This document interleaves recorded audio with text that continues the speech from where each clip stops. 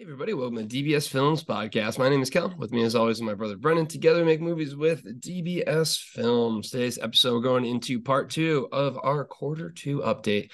First episode, we basically talked about what we did in the quarter. Now it's time to talk about what we plan to do in quarter three and see how well it goes. So always be sure to take a look at this online. Our Discord channel is the place to be. That's where we organize our community. We make movies for our fans with our fans. So if you ever want to be on set in the process, just have a cool place to hang out. Highly recommend checking that out. Horror in the Forest could be out right now. And if it is, you better go ahead, rent that, give it a review. It means the world to us, allows us to grow, allows us to keep doing what we're doing. So that is really kind of, picking up from where we left off in the last one. We do see quarter two as another success for this year. This is a busy, busy year. It's a hard schedule, but we were able to maintain. I think the first thing, top priority, is getting the pickup shots done. I do believe, me personally, this is a silver lining, that while unfortunately the rain did push that away, and yes, there are going to be increased costs, which again, as a micro indie budget, it's terrible, terrible, terrible, terrible, and that should never be brushed under the rug. There's so many times I hear directors just say, "Oh, pickups," and they just kind of shrug it off as like, "Well, I guess there has to be pickups." Got to try and push away from that mentality. Any filmmakers out there, that's not the way to think about it, especially your producers would not like you thinking about it that way. But again, it rained out on us. It was one of the worst storms that Florida had. So nothing you can do about that. But as I mentioned with the silver lining on it, I really do believe it's going to give us the time to really focus in on the climax of the Bigfoot project, really take it to the next level. And as I've been pushing for, and I believe we're going to find some way to do it, I think we can add a little extra special effects to the Roger project to utilize kind of that big step up. But that's really going to be, I would say, the first major focus. So you want to just hop into that? Yeah, I think clearing out the inventory, which is the pickups for both the Roger project and the Bigfoot project, is priority. Getting those done is what we need to do because we really can't move forward too much with them until I get these pickup shots. It does suck. It does, we were very over budget with Bigfoot, and then having to do the pickups really takes us into very dangerous territory. And it's just going to be interesting to see how I kind of move finances around to get the other two movies done that we want to do, the other two or three movies that we want to do, because obviously production is the thing that pushes this company forward. The only metric that matters outside of day one reviews and purchases is how many movies we can make in 1 year. And my job just got exponentially harder. That being said, I think that both Roger Project and the Bigfoot Project are very good movies. And having those two launch, I don't think there's going to be a ton of post-production work in them. So I'm hoping that we can finish both these movies and get them off to distribution, which gets us completely caught up by September 30th. It's a very daunting goal. This whole quarter is going to be about post-production essentially, but I think we can get caught up. The Roger project's in very, very good shape. The Bigfoot project is too soon to tell, but I feel very confident that if we can get and execute these pickup shots on both of these, that they're going to have two very solid movies that will be able to drive our revenue, moving forward towards January. Because if we can get these things out in August and September, that's a January paycheck along with Horror in the Forest, which really kind of sets the tone. We won't have as many cash flow issues running into next year. Yeah, I mean, that's something we've always brought up is the delay in the revenue. And that's brutal for any business. So that does really suck having the Bigfoot project go over like it did. But that being said, I think the next pivot I want to make, my opinion, I think Bigfoot project was our most ambitious one of this year. Like, I really think we've kind of passed that. I mean, we've kind of mentioned some of the issues for Girl in Cabin 13 and The Haunting of the Murder House. I would say is just production, finding the good cabin, finding a spooky house. But once we have those cabins in that house, I feel like we're very comfortable with the story that's going to happen. I think we're very comfortable with kind of the filming of it. And I think the best thing that we always talk about is when you've done a concept before, I feel like it's very easy to do it again and really highlight the essence that works, try and patch up what did not work. So I would say, again, production wise, I think Bigfoot was our most intense one. I got knock on wood, never know what happens, all that jazz. Both of them include houses. So guess what? You rain on our house. We should still be good to some degree, as long as we're not filming out in the woods with the girl in cabin 13. But to give you guys an idea, we're mentioning these names. Basically, we're going to relook at that core concept. We're not going to like remake it scene by scene. But we're going to look at the core concept, core idea applied to found footage for the girl in cabin 13 and the haunting in the murder house for the next two films that we do for the rest of the movie.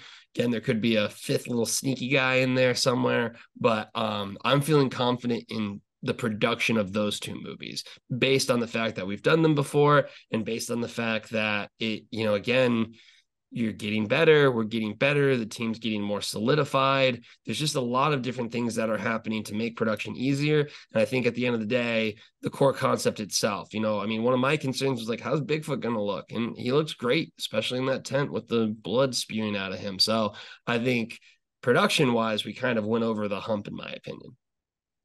Yeah, I mean, just out of necessity, the next two are going to be much smaller than the Bigfoot project. It's just, I don't know what happened, but it just spiraled out of control. And then obviously the pickups is an extra probably 20% on the budget just to, get everyone back out here and just do all this stuff again. So it's just really difficult right now. So I think that is going to affect Girl in Cabin 13, is going to affect Murder House. So we're just going to have to be a little bit more creative and clever. As I mentioned in the last podcast, I think that the location is going to be something that we're really trying to highlight for both of these, because I think that, that's kind of going to give us the production value that we need. Looking back at Girl in Cabin 13, the cabin was good, but, I think it could be better. I think we have the silicone mask. I think we have the special effects team now. And I think really that script's pretty solid. There's just, things that we kind of need to change up. We've gotten better. So I think you can kind of really take the dark and grittiness that we had in Horror in the Forest and kind of apply it to Girl in Cabin 13. And then I think Murder House really just needs a really good house. I think that was pretty much the biggest issue with that one, was that not only was that house, very Florida refurbished, it was just very small too. And like the fact that we were able to do that and make it look cinematic was pretty ridiculous. So I think we need a place to really kind of explore and get in there. But once again, that story, that concept, everything is there. The pieces are there. So I don't think that, pre-production writing these scripts is going to be very intense at all. I already have a good idea of where I want to go with both of these. I think that the locations are going to be there, but, unfortunately for us, most of the budget that we spend money on is location. So it's going to be a little bit tricky. I think for indie filmmakers, location is also the hardest hurdle to overcome. Very hard to find these locations, hard to find these locations on a budget. So, shout out to Dylan. We'll see what he can do. But, it's just, both these ones are probably going to be scaled down compared to what I would like to do. But, that being said, Horror in the Forest comes out, kills it. It gives us another basic, momentum boost. And, we'll be right back on track. So, that's what we're trying to do. But I definitely think that the most important thing for this quarter is the July pickups and filming Girl in Cabin 13 or 14, Girl in Cabin 14. Yeah. And again, I think I would say this is this hitting Girl in Cabin 13 in this quarter, I think might be the most problematic one, I would say, just because, again, we're pushing into July already. I think we're still looking at August for everything. So that gives us basically a September filming potentially for that. So I could see it slipping to the beginning of Q4. Again, I could be completely wrong, which hopefully I am, but that's where the pressure is to me. And then on top of that, the pressure is getting these movies in post-production out. But if we can execute on this quarter, we get 2 movies ready to go, shipped off, successful launch of Horror in the Forest, I think that's when you start seeing that momentum pick up again. Because we've been building this pipeline. You know what I mean? Like, we have been building, I would say, really since Horror in the Forest was when I think we got into gear. I mean, we did Haunting the Murder House. We did Force of Death. But I think there's a big shift. And again, I do say found footage is one of the reasons for it, because it allows us to kind of move through a bit faster in the post-production process. But I would say ever since we did Horror in the Forest in October, we really kind of locked into this model. We're like, all right, let's do that. We execute on the Roger Project. We execute on Bigfoot. So if we're able to get, a successful launch of Horror in the Forest, Roger Project out, Bigfoot out, and Girl in Cabin 13 filmed in this quarter, that is when you start really feeling those boosters kick in. So what are kind of your thoughts of, I think we execute on that in this quarter. You now see a rocket booster coming online for DBS, ideally. Well, I do. I think we can solve a lot of issues heading into 2024, which is just mainly cash flow. The problem, I mean, this is going to be tough, man. It's going to be, as much as I want to get Girl in Cabin 13 out there, September is going to be very hard. And now we're heading into hurricane month, and obviously the weather has not been on our good side this year, and it's been like 110 degrees every single day out in Florida, which means that water is hot. So, I mean, I feel like August is going to be the only time that we're going to be able to shoot this thing. September is going to be pretty booked up. If I want to there's just no way we can do an October and November shoot. You're looking at October, December. I don't know. It's messy, but I'm going to try and push it. I mean, we'll push it as far as we can go, as quickly as we can get it, and go. The confidence that I have now in our pre-production and our ability to make things work on set, especially after seeing the Roger Project, which I was like, I don't know, like where this is going to go, how we're going to do it. And the fact that we have pretty much everything is pretty wild. Like that was a run and gun shoot to the max, and we have everything that we need. So that gave me a really good confidence boost that we don't really need to spend a whole year on pre-production, and we don't, like, all this stuff is not necessary. Get all your eggs in one basket, get everyone on set and film the thing. And that's going to be my goal for Girl in Cabin 13. It's just, we have like a week window to get this thing done. So I want to do it. I think we're going to try and push it, but obviously, man, it's going to be tricky. And I think that obviously the priority is getting the other two done.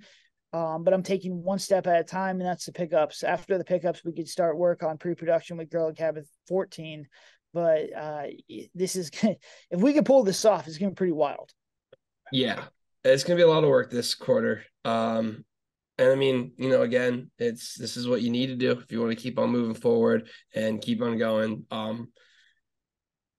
I think we're gonna do it. I'm gonna go ahead and say it.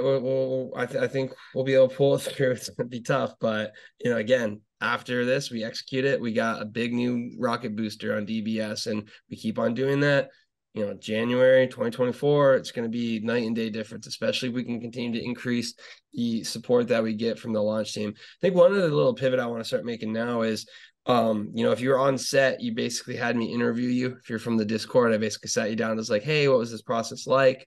And then we're going to do it. I do want to start trying to get our process and model out there more on the YouTube side of things, because I think one thing with the community that opens up the possibilities is, again, we have a few minor ways of generating revenue. We basically have no margins on the merch, because I want you guys to have the most comfy merch out there. So we basically just cover the shipping costs there. We do have the Discord subscriptions, which are absolutely amazing. That basically pays for someone's flight every single month and food. So, I mean, again, just in that sense, that's really good. But I think if we can start getting the message out there and opening up the concept of it, one, it could potentially attract more people, but then two, it could, YouTube itself, if we do have a behind the scenes that's, able to get people's attention, we can monetize that more.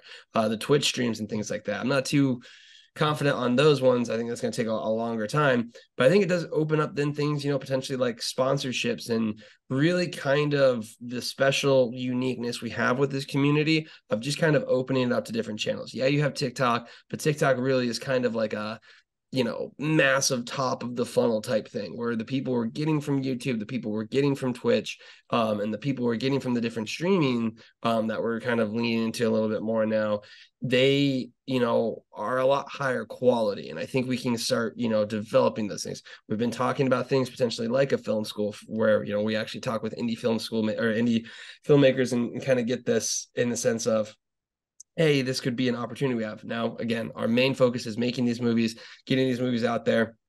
But I think the point in this is starting to feel out how much can we open this model up to other people out there to just go ahead and allow it. Because to me, one of the biggest benefits is, yes, 100%, it's getting the reviews. It's being able to do that. That's the most actionable thing.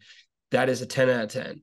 But if we can start cultivating an ecosystem to where the community itself and what we're doing and the model, the behind the scenes, all of those extracurricular things we can tack onto the movies that grow the community and that can potentially monetize the community, well, guess what? That does exactly what we were saying before. That proves the model. And I think kind of where we're at right now is we just need that data to show us that we're proving the model so we can kind of really put, the pedal to the metal and kind of increase it. So, what are kind of your thoughts of, we have a unique approach here, but I think we just need to kind of get the word out. And what does this go back to? Spreading the message, telling people you're in a movie, telling people what DBS does, all of those things. Because again, if we can, forget going from 18,000 people to, 100,000 people, what I want to do is go to that 1,000 people that are very, very about this model and process. I mean, people want to shout out Gary, Carl, basically everyone we had on set.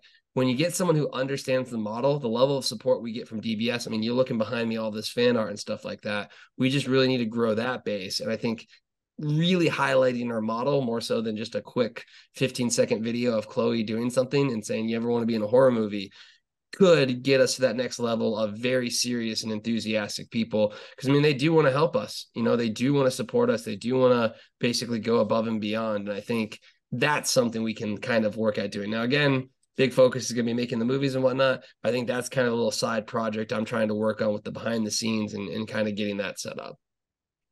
Yeah, I mean, like anything that can, can help us, obviously, is like what we're trying to do.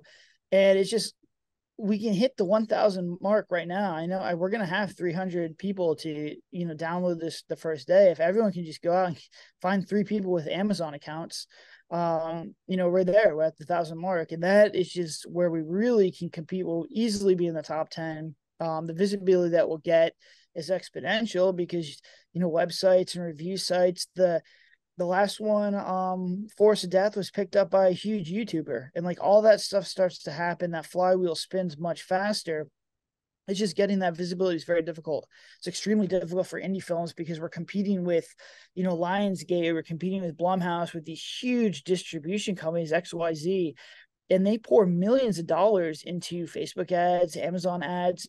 And it's just very hard for us to compete with that kind of stuff. The top 10 on Amazon is very lock solid. Getting to the top 15 is a very difficult task, but we can do it. So, just the $12, which is getting 3 rentals, is so huge. It's so crucial for us right now. Really that should be the focus. It should be laser targeted. If you can help us out doing that, that's going to come back 10-fold, 20-fold, 100-fold, just depending on how high we get in the algorithm is going to depend, it's just going to change our future goals. Now you're looking at, if Horror in the Forest comes out and it shows what we're doing is scalable, that it's working, there's other options as far as like, if I believe in this, we can scale up Girl in Cabin 14, with scale up Murder House. We can make another movie this year because I know that cash is going to come back in January, and then, our cash flow issues will be solved. So, just the small purchases, everything adds up. It's just the devil's in the details. The same way it is in filmmaking, the small stuff is really what makes a good movie. Well, when you're marketing stuff, when you're promoting movies, it's just the small stuff, little Instagram posts, little TikToks, posting saying, hey, can support indie film. My friends made this movie. I was in this movie. Can you guys take a look, watch, let us know if you like it or hate it. Like all that stuff is super important right now. As we go into these launches, as we're essentially setting the foundation for 2024. Yep, 100%. And again, we're going to continue to echo this. But all in all, I would say very successful Q1, very successful Q2. Q3 is going to be a little bit of a doozy. But I mean, it always is. It's always tough with this. It's always a process, always a grind. Again, massive support to everyone who's been part of this process. Thank you so much for enabling us to do this. And more importantly, I know you're going to show up. We know we're going to support Horror in the Forest. It's really the big one. Hopefully it's out by now, so you can go ahead and rent and review it. But it really does mean the world to us. So again, that's going to go ahead and wrap up this episode. Thank you so much for tuning into it. Be sure to take a look at our Discord channel online, because that is the place to be. We make movies for our fans with our fans. And again, the more this model proves itself, the more we commit to it. And it's just something that I know it will grow. The only question is how fast. But until then, have a good one.